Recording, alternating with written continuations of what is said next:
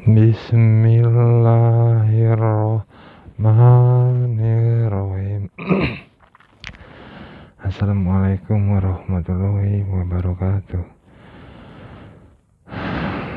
Saat ini insya Allah anak melaksanakan niat merekam suara mengenai pemikiran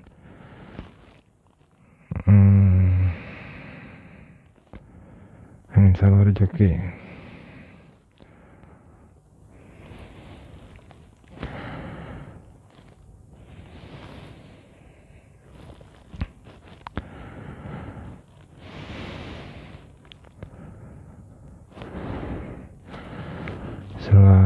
Surah Ar-Ra'd.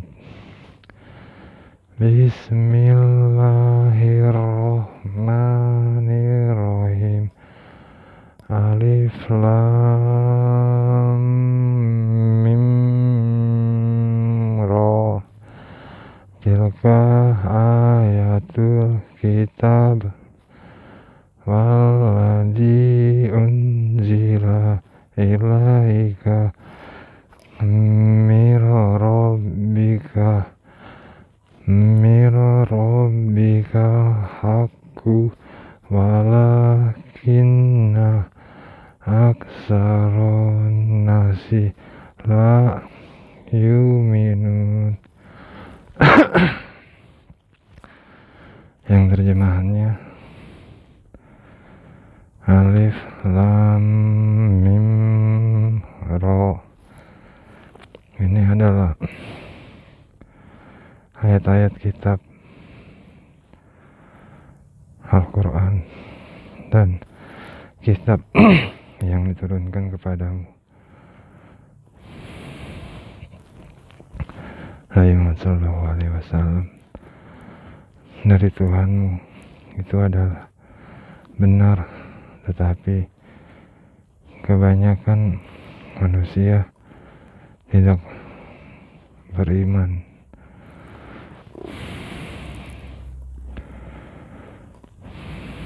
Saya adalah Kabani,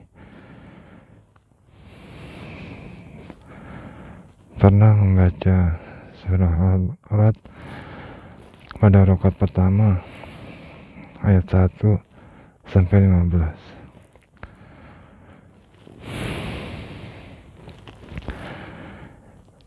Nabi Muhammad Sallallahu Alaihi Wasallam mengingatkan kepada Syekh Ar-Ruhaili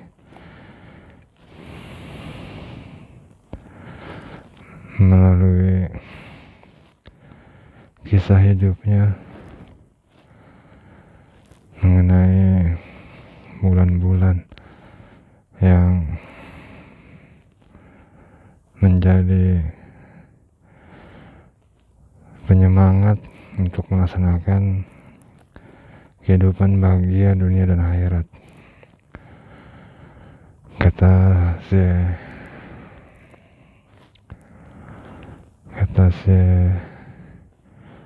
Sulaiman bin Salimullah Ar-Ruhaili,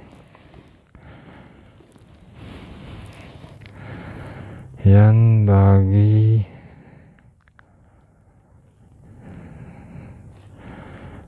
lil mu'mini ayyahri sohira do syadidan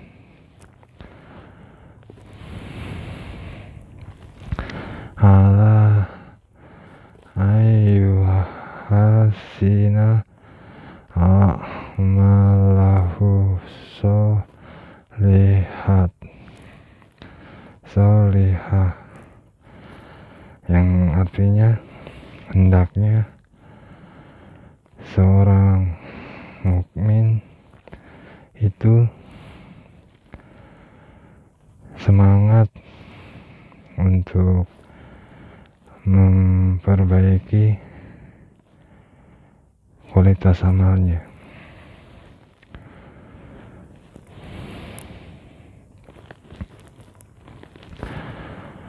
Kenapa semangat memperbaiki kualitas amalnya pada bulan Dzulhijjah? Surah Ar-Ra'd ayat 1. Alif Lam Mim Ra. Alif Lam Mim Ra. Kalau kata si Ali Jabir, kalau surah Al-Quran ada seperti Alif Lam Mim Ra atau Alif Lam Shad atau Thaha.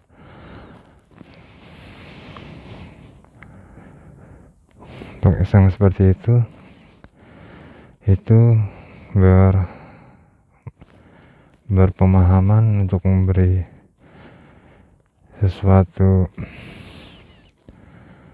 pemikiran ketika membaca surah Al-Quran adalah kehidupan ini adalah waktu yang berjalan. Waktu yang berjalan adalah seperti langit dan bumi. Apapun yang ada di antara langit dan bumi menjalani kehidupan di waktu rezekinya. Umumnya untuk berpikir menggunakan bahasa yang baik atau bahasa yang digunakan pada umumnya pasti tersusun dari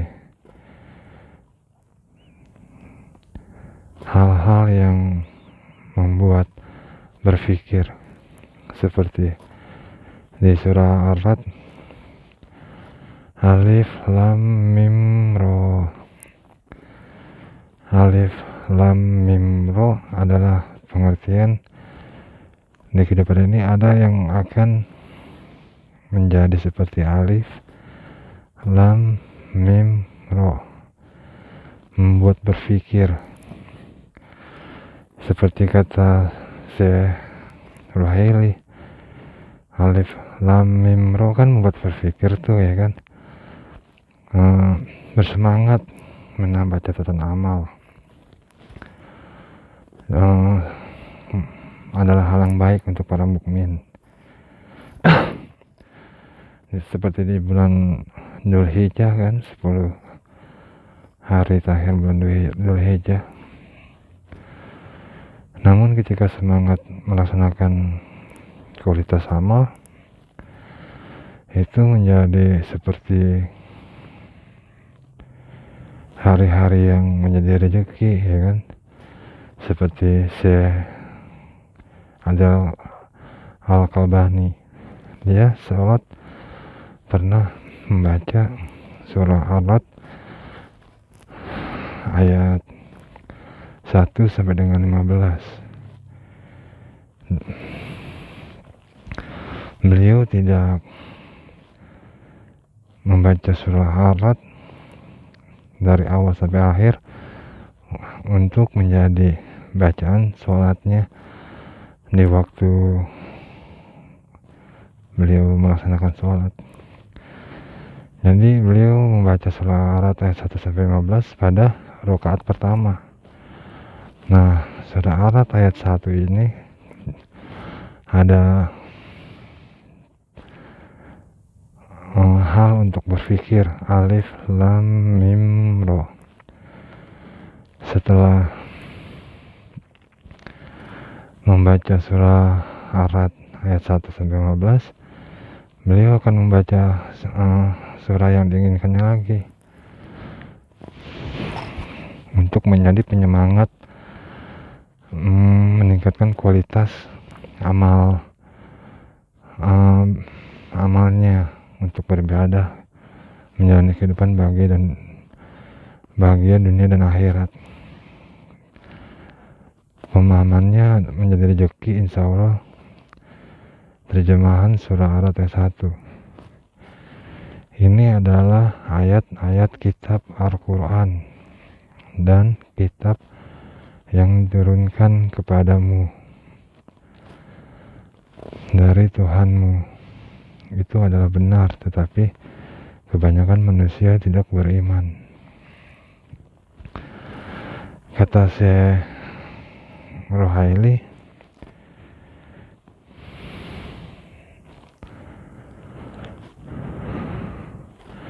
wa ayyuk siro minha fi hadihil azr, yang artinya dan memperbanyak amalnya di 10 hari pertama Dzulhijjah ini.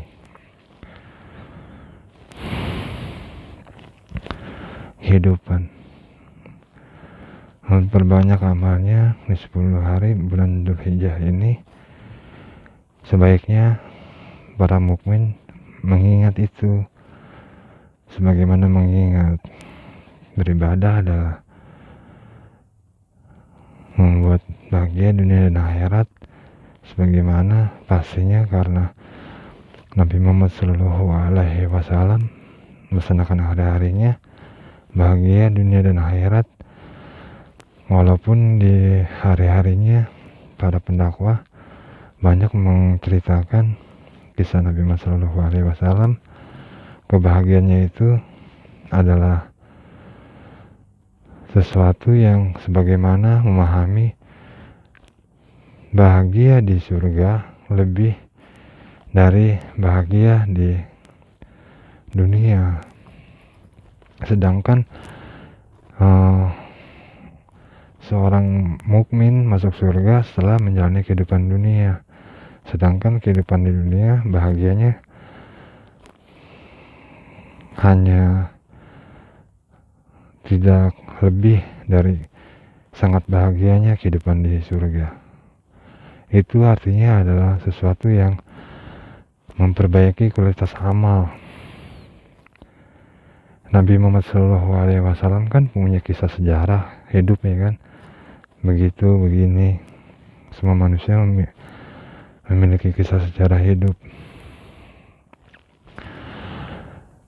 Alif Lam Mim Ro.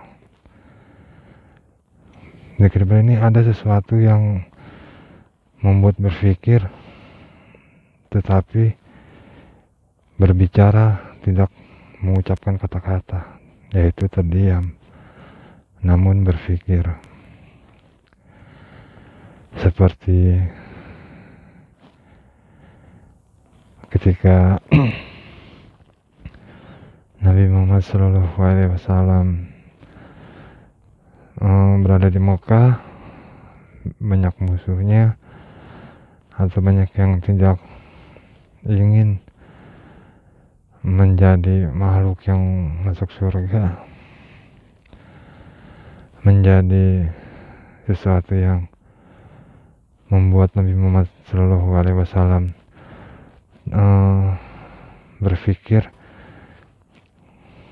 berbahasa namun tidak berkata-kata. Keadaannya sudah dipastikan pada saat terjadinya.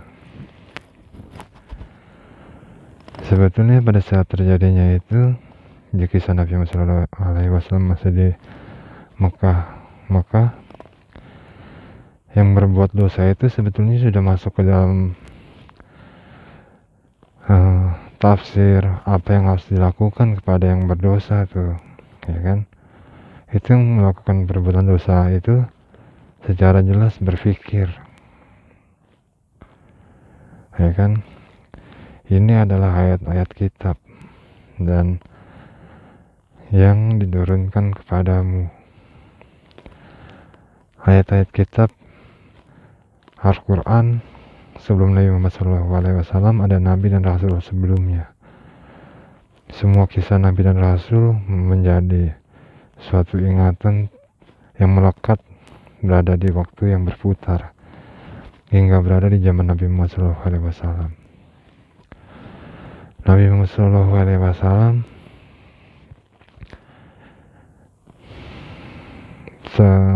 berpikir, Alif Lam Mim Ro, ya kan? Semua manusia berpikir seperti alif lam mim ro, mengetahui alif lam mim ro, namun tidak bisa memahami untuk mengerti kenapa alif lam mim ro. Nanti pada rezekinya alif lam mim ro akan menjadi suatu pemahaman dari ketika mengerti alif lam mim ro lalu memahami. Ini adalah ayat-ayat kitab seperti kisah Nabi Muhammad SAW, ya kan? Nabi Muhammad SAW mengerti itu apa yang terjadi, ya kan?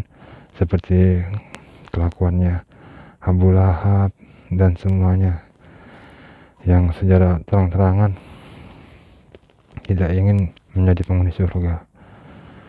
Nabi Muhammad SAW mengerti, cuman belum memahami apa yang harus diungkapkan untuk berbahasa. Menjalani kehidupan kan ada bahasa juga, menjalani hukuman, menetapkan siapa yang benar siapa yang salah juga bahasa. Ini adalah ayat-ayat kitab, dan yang diturunkan kepadamu dari Tuhanmu itu adalah benar, kata Syekh Sulaiman bin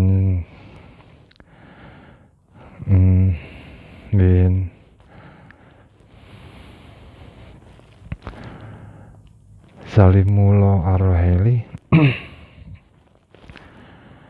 wa innama hiya ayyamu mu'asrin.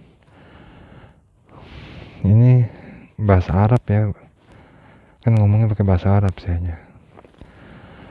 Tamururu sari'a wa tanqadi sari'ah, yang artinya karena 10 hari ini akan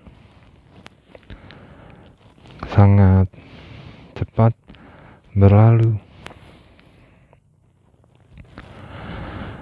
ya kan?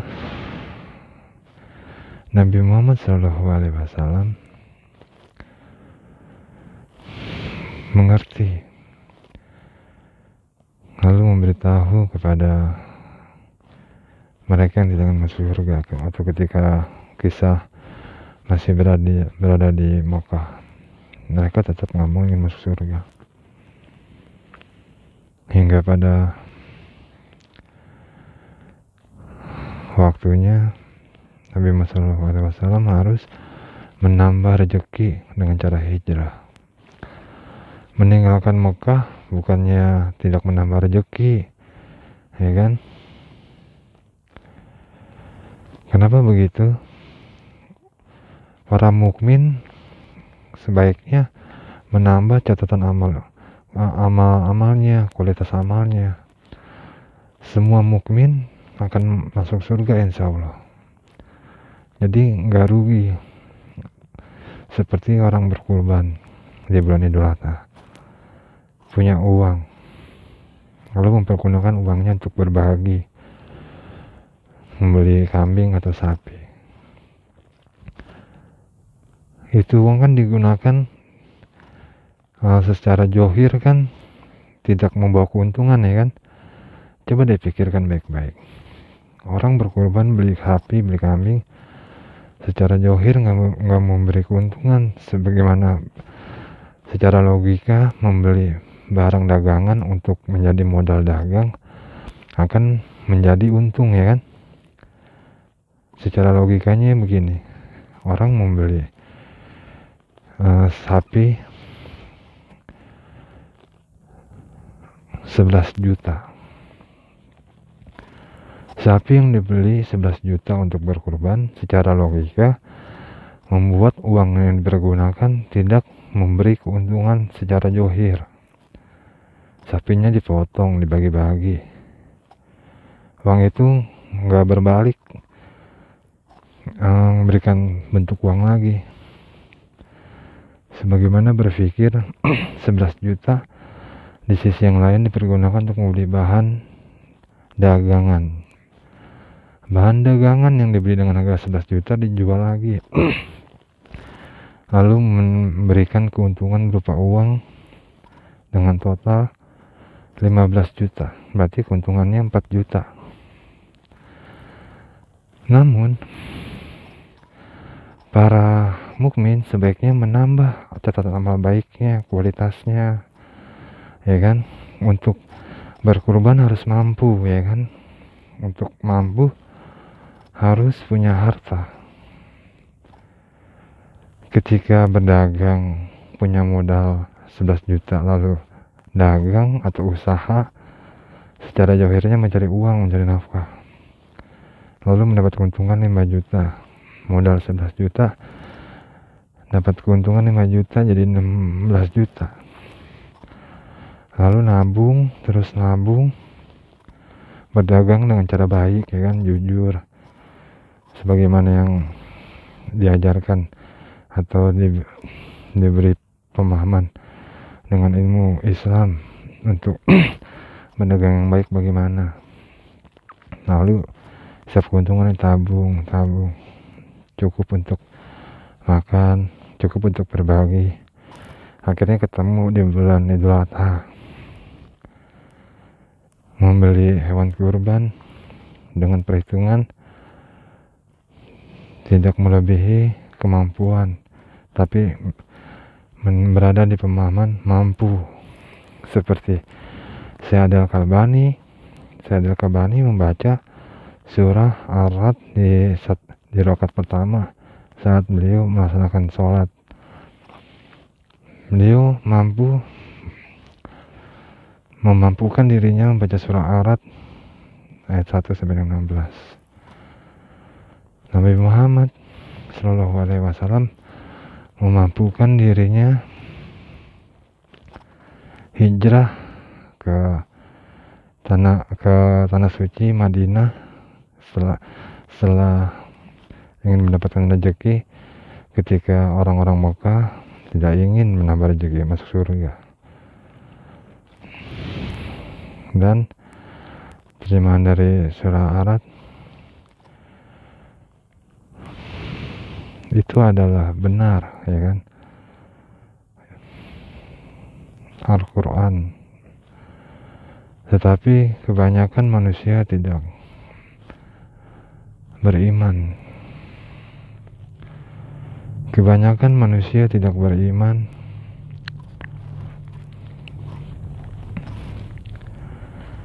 adalah seperti memahami pemikiran johir sederhana.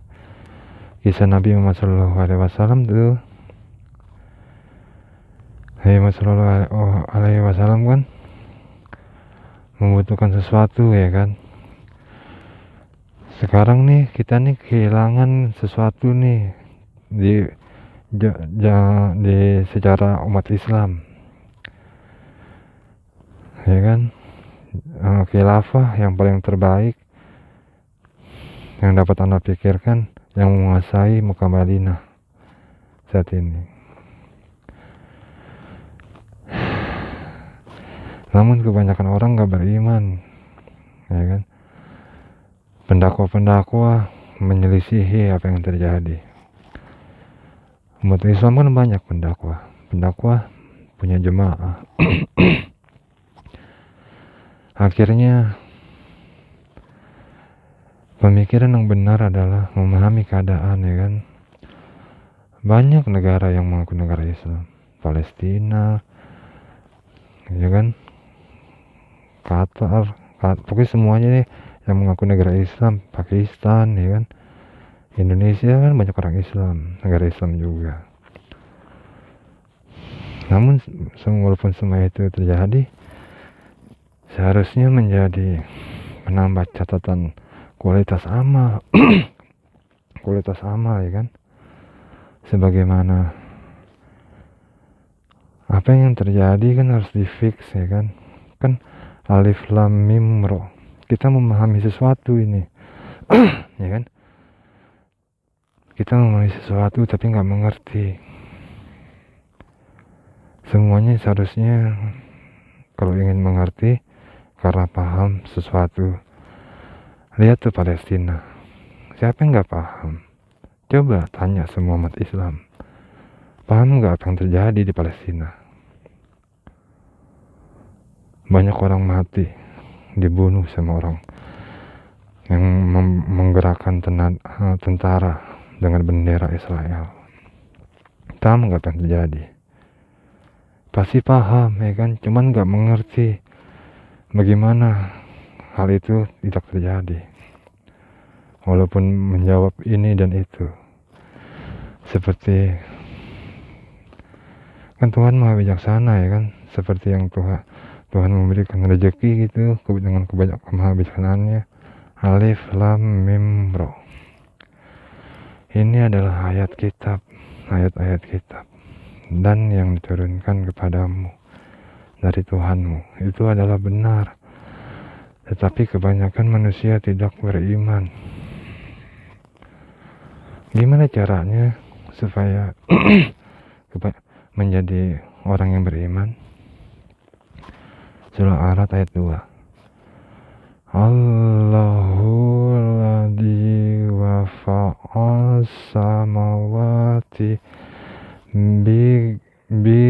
bighairi amadin taronaha summa astawa alal ars wasakhara syamsa wal qamar kullu yajri li ajalim musamma yudabbirul amra yufassiru ayati la'allakum biliqa'i rabbikum tuqinun. Yang terjemahannya, Allah Subhanahu wa Ta'ala yang meninggikan langit tanpa tiang, yang kamu lihat, kemudian Dia bersemayam di atas arsy, Dia menundukkan matahari dan bulan, masing-masing beredar menurut waktu yang telah ditentukan. Dia mengatur urusan dan menjelaskan tanda-tanda agar kamu yakin akan pertemuan dengan Tuhanmu. Orang mukmin akan masuk surga, ya kan? Insya Allah. Orang mukmin nggak akan masuk surga, bukan orang mukmin namanya, ya kan? Coba pikirkan baik-baik.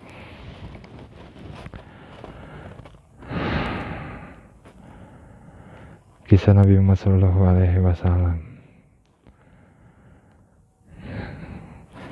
Banyak tuh sebetulnya yang munafik di saat Nabi Muhammad SAW masih hidup, ya kan? Jangan dikira nggak ada. Cuman kemunafikannya itu menjadi bentuk seperti saat ini. Kan kita umat Islam nih kan, berpikir Palestina tuh banyak yang mati. Apa yang terjadi tuh? Bagaimana caranya? Negara dikenal sebagai negara Islam apa aja? Saudi Arabia, Qatar,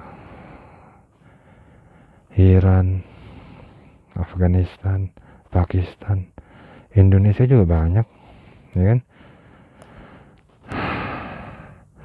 Ingat gak kisah Nabi Muhammad SAW? Nabi Muhammad SAW hijrah dari Mekah karena ingin menambah rezeki agar orang yang berada di Mekah yang gak ingin masuk surga menambah rezekinya juga, ya kan? Akhirnya apa? orang yang berada di Mekah ya, menambah rezekinya dengan jelas-jelas tidak ingin masuk surga. Nabi Muhammad dicari sama mereka, dikejar, bahkan ingin diperangi sampai di Madinah. Akhirnya Nabi Muhammad menambah rezeki, orang kafir juga menambah rezeki, ya kan? Orang-orang yang ingin menambah rezeki membuat keadaan menjadi hancurlah orang-orang kafir, ya kan? Namun kejadian Palestina, banyak negara yang banyak umat Islam, banyak negara yang banyak umat beragama berpikir mengenai Palestina, cara menambah rezekinya lalu menjadi suatu bentuk johir, menambah rezeki catatan amal buruk, dan bentuk johir menambah rezeki catatan amal baik yang sebenar-benarnya atau sesahih-sahih fikih bagaimana berpikirnya. Indonesia contohnya, orang seluruh Indonesia mengetahui pemilihan yang terjadi adalah bentuk kebohongan, sehingga orang yang dari suku Jawa menang terpilih menjadi presiden mulu. Secara johir hal itu terjadi adalah suatu hasil pemilu, padahal enggak. Semuanya menjadi rencana-rencana orang yang berkuasa di dalam masing-masing yang bersekutu untuk membuat orang suku Jawa menang mulu. Tapi goblok, tetapi mereka adalah makhluk yang rendah, makhluk yang nggak punya harga diri. Yang jadi presiden nggak punya harga diri, yang membantunya jadi presiden juga nggak punya harga diri. Semuanya yang bertindakan itu semua nggak punya harga diri. Kenapa begitu? Logikanya seperti Palestina Israel, ya kan? Banyak negara Islam, tapi kalau ditanya, kan umat Islam seharusnya dipimpin oleh satu manusia, ya kan? Ini umat Islam di seluruh dunia nih, kata Nabi Muhammad SAW, harus dipimpin oleh satu orang manusia. Tapi mana itu? Siapa yang menjadi pemimpin umat Islam? Dari tahun sejarah mencatat mengenai berdirinya negara-negara sampai saat ini nggak ada satu sosok orang yang menjadi pemimpin umat Islam di seluruh dunia. Sedangkan kata Nabi Muhammad SAW, semuanya harus berada di satu kepemimpinan. Itu kan artinya paham, ya kan? Paham. Itu kan ajaran agama, perintah Tuhan tuh gak? Ini siapapun yang mendengar ini yang mengaku beragama Islam nggak boleh mendustakan. Kalau enggak, dosanya fatal, nggak akan pernah bisa keluar dari neraka jahanam, ya kan? Iya betul, seharusnya dipimpin oleh satu orang.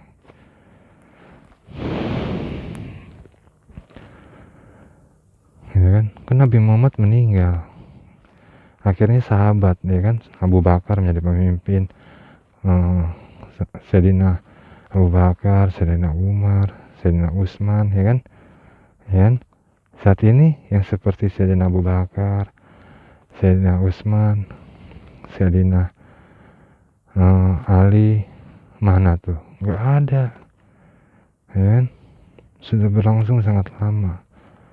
Lalu ada kejadian di Palestina yang menyebabkan itu semua akan bisa terjadi di tempat lain juga. Yang menyebabkan itu semua adalah seperti di Indonesia. Indonesia kehilangan pemimpin sebetulnya. Indonesia nggak punya presiden sebetulnya. Coba pikirkan baik-baik. Sumpah demi Tuhan, berpikir sekuat tenaga sekalipun. Indonesia nggak punya pemimpin. Dalam ilmu agama apapun, terpilihnya seorang pemimpin dengan cara tidak sah, tidak dapat diakui bahwa orang itu adalah pemimpin. Ya kan? Artinya bila tidak dapat mengakui seseorang adalah pemimpin, berarti nggak ada pemimpin. Itu sahih fikih pemikiran semua ilmu agama tuh. Jadi Indonesia nggak punya pemimpin, karena pemimpin yang ada adalah kebohongan, tidak sah. Akhirnya apa? Orang Sumatera, orang Sulawesi, orang Irian, orang Kalimantan, dan semuanya yang ada di Indonesia nggak akan pernah bisa jadi pemimpin yang dikenal dengan nama presiden. Kenapa? Karena di Sumatera, di Kalimantan, di Sulawesi, dan tempat-tempat lain yang di Indonesia, banyak orang yang memiliki harta dari hasil haram, yaitu mereka yang menyusun, mendukung pemimpin yang namanya presiden dengan hasil kebohongan. Akhirnya orang Jawa mulu jadi presiden. Jangan disangka kan orang Jawa bisa begitu, enggak tuh, ya kan? Mereka saling berpikir ini itu sama-sama orang rendah mereka. Akhirnya kalau sudah begitu, kan ada tuh ya kan tafsir kata pendakwah, nggak boleh makar ya kan kepada pemimpin ya kan. Dalam ilmu agama Islam, kalau ada seorang pemimpin yang nggak sah dan nggak bisa diakui sebagai pemimpin, nggak masuk ke dalam tafsir nggak boleh makar kepada seorang pemimpin. Coba pikirkan baik-baik. Nggak boleh makar sama pemimpin. Ya kan, pemimpinnya nggak ada, makarnya sama siapa? Namun banyak pendakwah di Indonesia mengatakan, ketika terjadi demo, ketika banyak orang rakyat Indonesia mengutarakan ketidaksukaan kepada ketidakadilan, mereka bercama dengan ilmu agama dengan menyebut kata Nabi Muhammad SAW, nggak boleh makar kepada pemimpin atau bicara terang-terangan. Pemimpinnya nggak ada, ya kan? Sedangkan kata ilmu agama, seseorang yang terpilih dengan cara salah atau cara tidak benar dikenal sebagai pemimpin, nggak bisa diakui secara menjadi pemimpin, nggak bisa diakui secara halal sebagai pemimpin. Haram. Artinya apa? Nggak ada pemimpin namanya. Ya kan? Akhirnya apa? Tersesat, semakin tersesat, menyesatkan, terlaknat di kehidupan. Hal itu ya yang terjadi di banyak negara, ya kan? Mereka memilih pemimpin yang tidak sahih atau sah dengan pemikiran sahih fikih ilmu agama Islam atau ilmu agama apapun sekalipun. Umumnya semua agama berpikir mengenai kebenaran. Yang membedakan cuman siapa Tuhannya. Agama itu menerangkan siapa Tuhan. Selain itu, bila berpikir akan selalu sama tuh.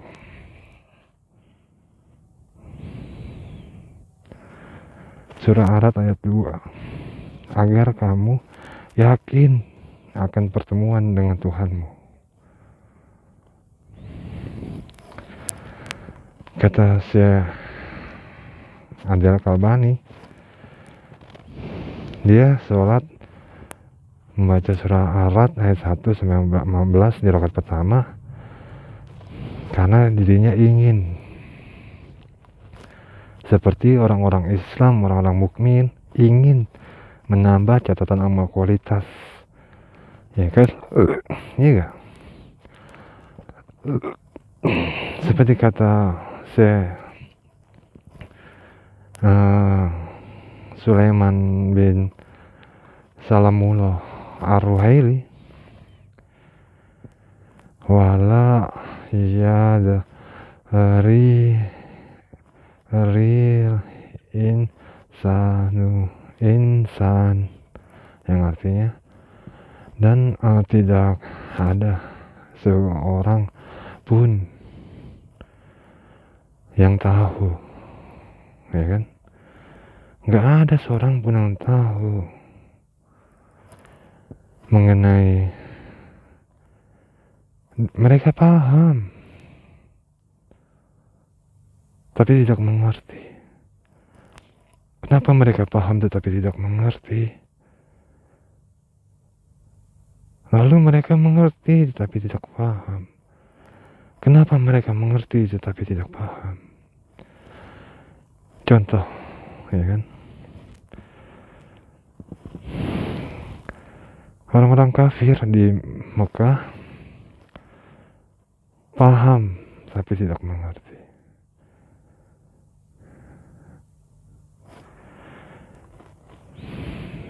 Bahwa Nabi Muhammad SAW gak bisa membuat mereka masuk surga. Paham gak? Orang-orang kafir yang memerangi Nabi Muhammad SAW mengerti tetapi gak paham kenapa Nabi Muhammad SAW gak bisa membuat mereka masuk surga.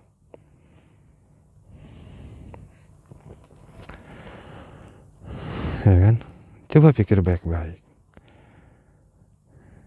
Akhirnya apa? Akhirnya diperangin terus, hingga hancur-hancur-hancurnya. Begitupun dengan yang terjadi dengan Palestina dan Israel. Indonesia, contohnya Palestina, ya kan? Kenapa Palestina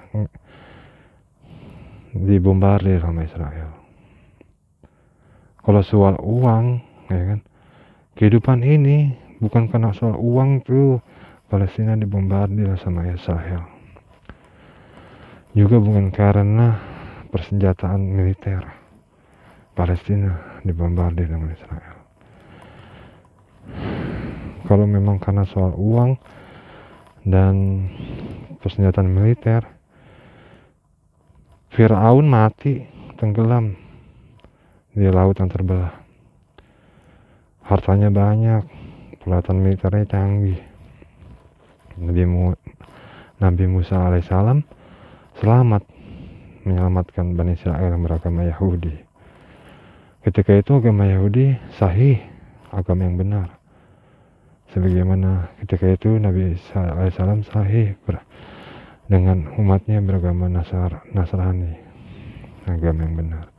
Saat ini sahih Nabi Muhammad SAW dengan umatnya, umat Islam, beragama Islam sebagai agama yang benar. Ya kan? Kalau perang terjadi, logika paling sederhana, ada persenjataan militer, ada ilmu militer, ada uang, ada harta, otomatis ada makanan juga pasti. Ya kan, itu semuanya otomatis. Cuman di kehidupan ini, kenapa orang Jawa menjadi presiden mulu? Apakah orang Jawa hebat? Enggak sama sekali, tidak sama sekali. Kenapa begitu? Kejadian ini sudah berlangsung begitu lama. Ya kan, itu adalah indikasi bahwa ada yang membantunya dari yang ada di Indonesia, seperti Sumatera, Kalimantan, ya kan. Satunya orang Padang dengan Agung Gumelar, ya kan. Agung Gumelar tuh salah satu yang mendukung orang Jawa terpilih mulu jadi presiden. Orang Batak juga, ya kan. Siapa tuh orang Batak? TB Silahi, salah satu mendukung orang Jawa jadi presiden mulu. Ya kan, belum lagi di Sulawesi, nggak tahu siapa namanya. Sekarang tanya sama mereka, coba Kenapa begitu?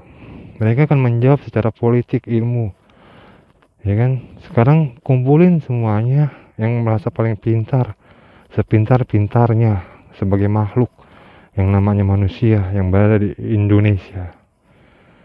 Kumpulin dan duduk di meja, disaksikan di seluruh dunia. Ana yakin yakinnya, sekuat apapun mereka berpikir dengan jumlah manusia saling membantu untuk berpikir, akan hancur sehancur-hancurnya dan membuktikan kebohongan mereka. Kan waktu berjalan, sejarah tercatat, ya kan? Kenapa mereka begini, kenapa mereka begitu, kenapa mereka di situ, tadinya di mana, awalnya siapa, ya kan? Tercatat tuh semua. Seperti Anies Baswedan. Siapa Anies Baswedan? Lalu dia ingin mencalonkan menjadi gubernur, ya kan? Siapa dia? Siapa Jokowi? Orang pasti berpikir, ya kan, mencari pembuktian, mencari kebenaran. Sebenarnya yang terjadi apa, ya kan? Seperti kisah Nabi Muhammad SAW. Kata Abu Lahab, ya kan, Nabi Muhammad SAW ingin menghancurkan nenek moyang, ya kan. Sedangkan Abu Lahab itu omnya Nabi Muhammad SAW, ya kan. Sekarang itu ada dua sosok yang namanya Abu Lahab, yang satu lagi bernama Nabi Muhammad SAW. Siapa Abu Lahab? Abu Lahab adalah seseorang terkemuka Quraisy, ya kan. Pendakwa banyak menceritakan tuh dia begini begitu. Siapa Nabi Muhammad SAW, ya kan. Nanti jadi pembuktian kebenaran, ya kan. Sekarang secara zahir kita mencari pembuktian kebenaran untuk menambah kualitas amal di 10 bulan Dzulhijjah. Sebagaimana berpikir punya duit 11 juta beli sapi, walaupun secara zahir nggak memberikan keuntungan, sebenarnya adalah sangat untung bila benar, karena para mukmin akan masuk surga. Untuk masuk surga bahagia dulu di dunia, ya kan. Bahagia dulu di dunia seperti apa? Seperti punya duit 11 juta beli sapi, bagi-bagi dengan ikhlas, niat yang benar. Itu bahagia tuh, bahagia di dunia. Ntar bahagia di surga. Seperti Abu Lahab, omnya Nabi Muhammad SAW. Nabi Muhammad SAW keponakannya Abu Lahab. Tapi Abu Lahab ingin membunuh atau menghancurkan Nabi Muhammad SAW. Makanya orang kafir Quraisy mengejar sampai ke Madinah. Makanya perang terus terjadi hingga akhirnya apa? Abu Lahab mati dalam keadaan kafir. Itu johirnya, ya. Itu johir tuh. Jadi johirnya Abu Lahab mati dalam keadaan kafir. Orang Quraisy banyak yang mati dalam keadaan kafir. Itu johir. Orang mati dalam keadaan kafir secara johir dalam keadaan tidak ingin masuk surga, karena merasa Nabi Muhammad SAW nggak bisa membuat mereka masuk surga, karena mereka percaya nenek moyangnya yang bisa membuat mereka masuk surga. Itu yang namanya syirik musyrik, ya kan. Di Indonesia johirnya mereka mendukung orang ini orang itu benar menjadi pemimpin, padahal salah. Kata agama Islam, kata ilmu agama Islam, orang yang salah, orang yang tidak pantas menjadi pemimpin, haram menjadi pemimpin. Siapapun yang mendukungnya, siapapun yang membelanya, bila meninggal pada keadaan kadar atas kodok yang menjadi rezekinya di kehidupan, akan seperti keadaan Abu Lahab tuh. Akhirnya apa? Seperti Palestina. bukan soal duit, ya kan, bukan soal persenjataan. Kenapa begitu? Seberpikir-berpikirnya, ya kan, kalau soal senjata bukan soal rudal-rudalan, itu kadang-kadang tuh bisa menjadi ilmu psikologis tuh gak, ilmu psikologis, ilmu militer, seperti kejadian Iran Israel tuh itu ilmu psikologis militer tuh. Yang terjadi apa? Iran merudal Israel dengan drone ini, drone itu, lalu ada pertahanan Israel, apa tuh, pertahanan udaranya tuh, ya kan, ini itu sebetulnya ilmu psikologis, doktrin dan dogma dalam persepsi militer kepada mereka yang mengetahui, otomatis akan berpikir tuh ini itu. Kesimpulan mudahnya adalah seperti Abu Lahab tuh gak, ya kan, seperti pengikut Abu Lahab, ya kan, pengikut Abu Lahab mempercayai Nabi Muhammad SAW nggak bisa membuat mereka masuk surga. Itu kan termasuk dalam ilmu militer tuh, ya kan, sehingga Abu Lahab memiliki pasukan karena pasukannya mengiyakan pemikiran Abu Lahab, ya kan. Lalu Palestina, ini dan itu, Indonesia, semua sama aja tuh, cuman kan rumit, ya kan. Coba dipikirkan baik-baik, rumit. Kenapa harus berpikir rumit sedangkan mudah, ya gak? Bagaimana cara berpikir mudahnya? Begini cara berpikir mudahnya, siapapun yang mendengar ucapan Ana nih, siapapun yang mendengar ucapan Ana akan dari video penyimpanan internet, dan mereka yang halal mendapat rezeki, sebagai anak mendapat rezeki. Umat Islam seharusnya dipimpin oleh satu orang yang menjadi pemimpin, walaupun ada begitu banyak umat Islam di seluruh dunia, negara ini negara itu sekalipun, ya kan. Kalau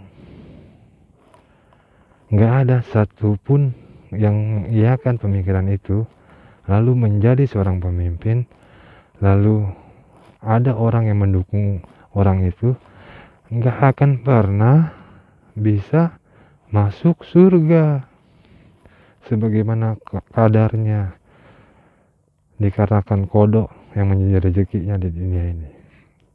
Kenapa begitu? Ada juga yang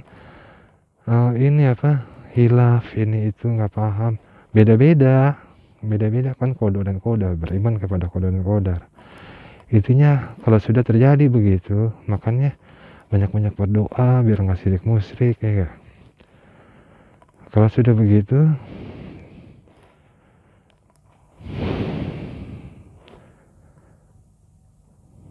cara masuk surga bagaimana? Kalau sudah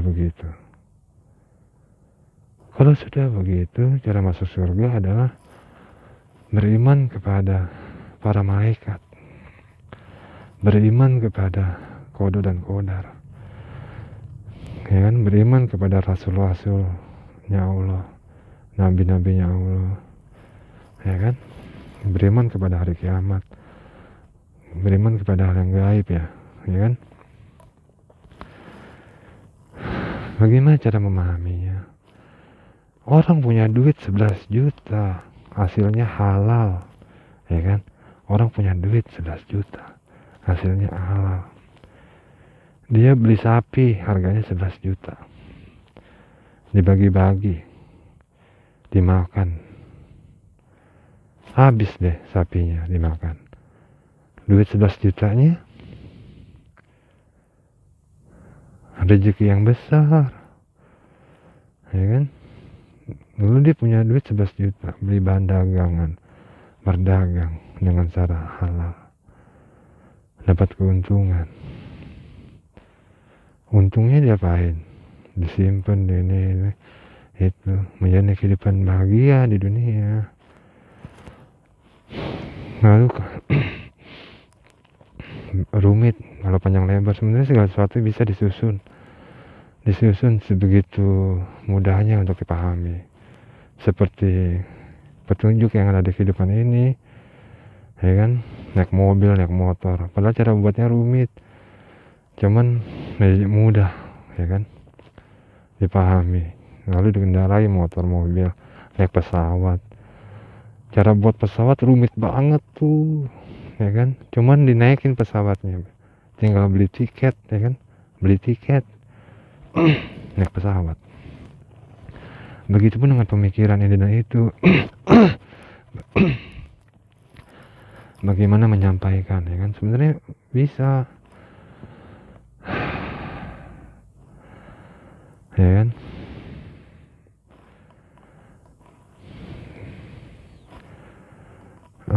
Kata Syekh Ar-Ruhaili, hal yudriku mitlaha minal amil kodim, apakah ia masih mendapatkan kesempatan ini tahun depan, ya kan? Kata Syekh Ar-Ruhaili, apakah mereka masih mendapatkan kesempatan ini tahun depan, mau tahun depan atau kapanpun, ya kan, yang coba disampaikan oleh Syekh Ar-Ruhaili. Hai orang mukmin, ya kan, semangatlah menambah kualitas amal. Ilmu Islam, ilmu agama Islam, setiap hari 5 kali mendengarkan azan, ya kan, azan. Allah Maha Besar, Allah Maha Besar, ya kan. Marilah meraih kemenangan. Tiada Tuhan selain Allah. Nabi Muhammad SAW adalah utusan Allah, ya kan. Lalu kata Syekh Ar-Ruhaili, apakah para mukmin akan mendapatkan kesempatan menambah kualitas amal di 10 hari pertama bulan Dzulhijjah? Bagaimana cara berpikirnya?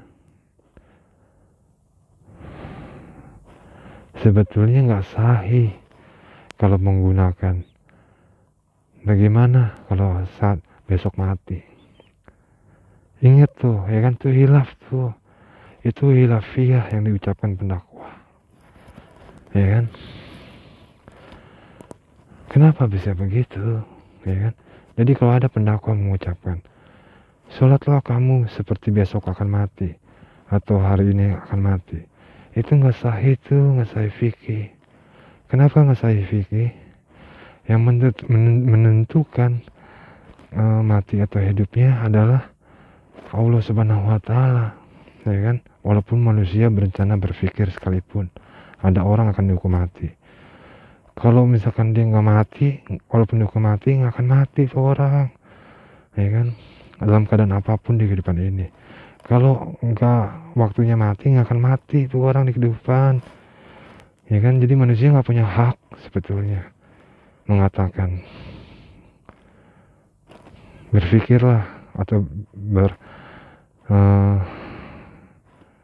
kelakuan seperti akan mati, ya kan.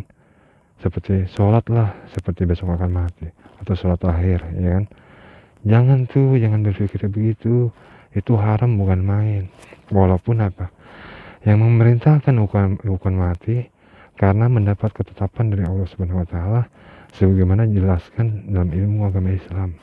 Seperti orang dihukum mati, ya kan, dihukum mati secara halal karena ilmu agama Islam. Walaupun begitu, dia nggak boleh sholat seakan-akan akan mati, dihukum mati.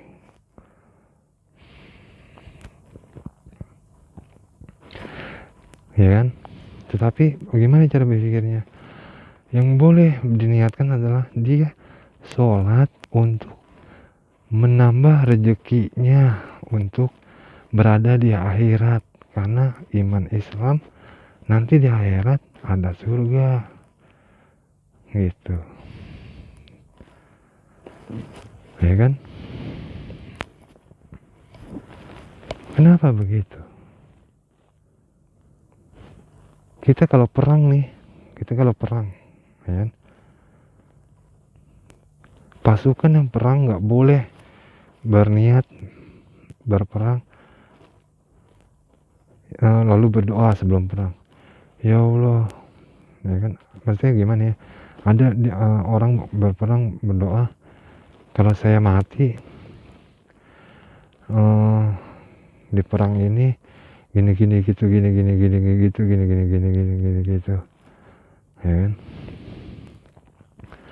Sebenarnya di kehidupan ini nggak boleh, tau gak, berdoa kalau saya mati ini mati gini. Kenapa begitu? Coba deh pikirkan baik-baik, ya kan? Ini hal yang rumit tapi mudah.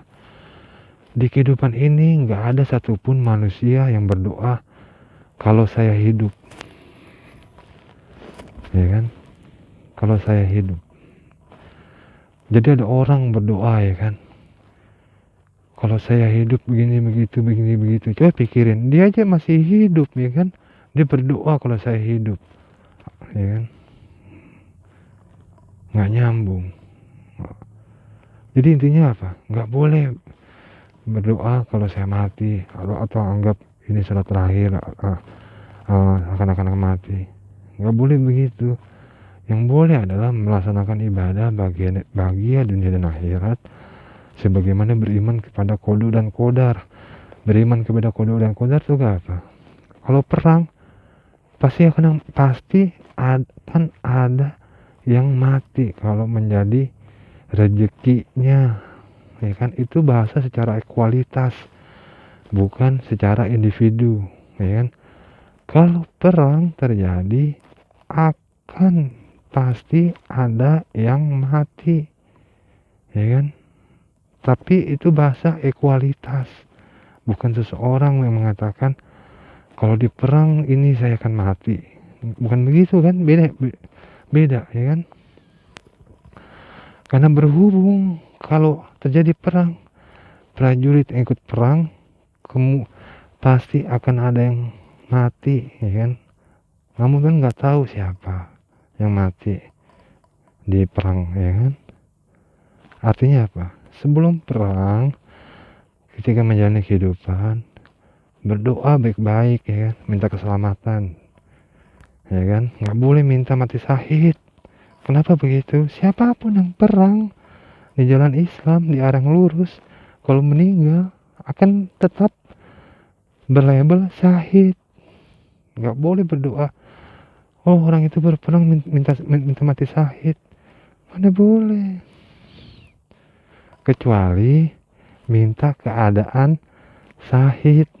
Tahu gak? Seperti ada kata pendakwah, siapa itu sahabat yang berdoa meminta meninggal dalam keadaan syahid. Artinya apa?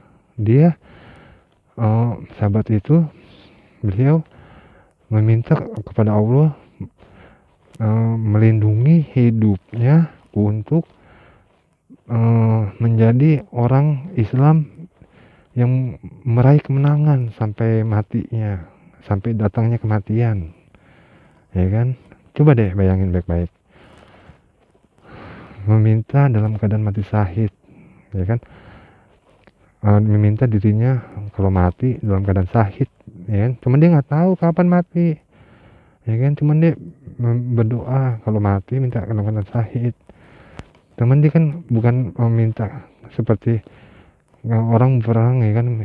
Kalau ini minta syahid, ya kan? Gini minta mati, ya. Nggak syahid tuh, gitu. Jadi banyak yang hilaf juga. Kenapa begitu? Kan kata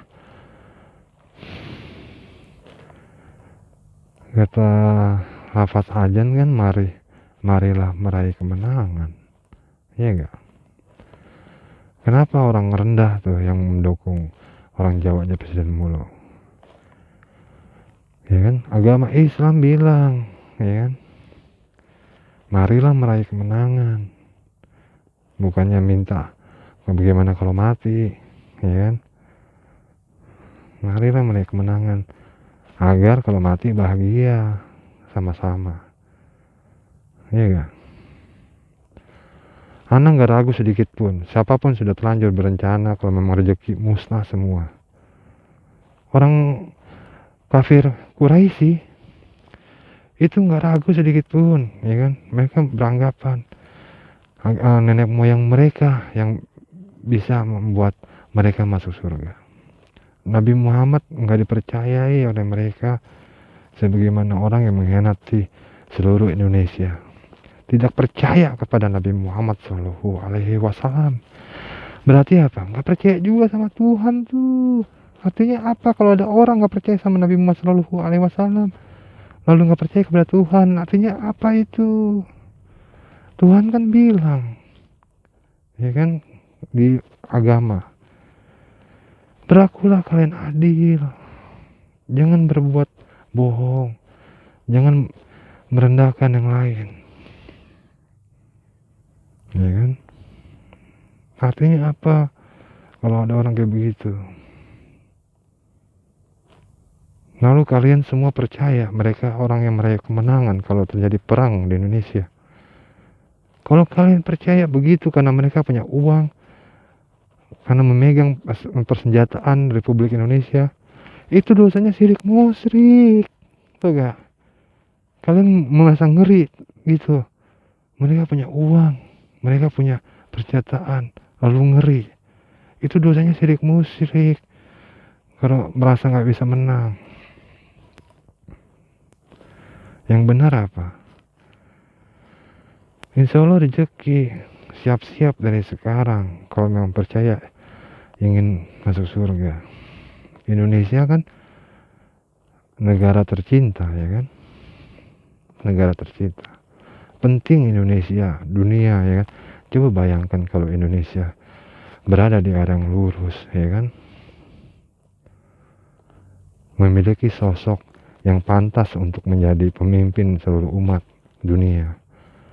Siapapun yang pantas menjadi pemimpin seluruh umat Islam di dunia ini bisa dari Indonesia, bisa dari Saudi Arabia, bisa dari Afrika, bisa dari manapun, dengan syarat beriman kepada kodo dan kodar, beriman kepada para malaikat, beriman kepada hal yang gaib, beriman kepada hari kiamat, ya kan? Begitu. Aduh, aneh capek.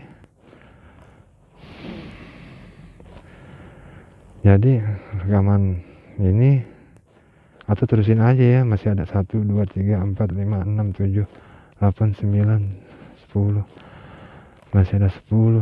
Tadi surah Arad ini masih sampai ayat 2. Rekaman ini itu rekaman ini mewakili aja ya, Syekh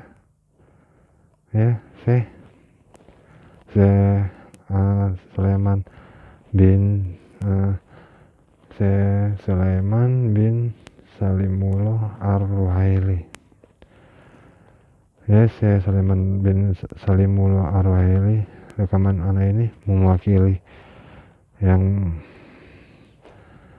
banyak, insya Allah rezeki, walaupun yang banyak.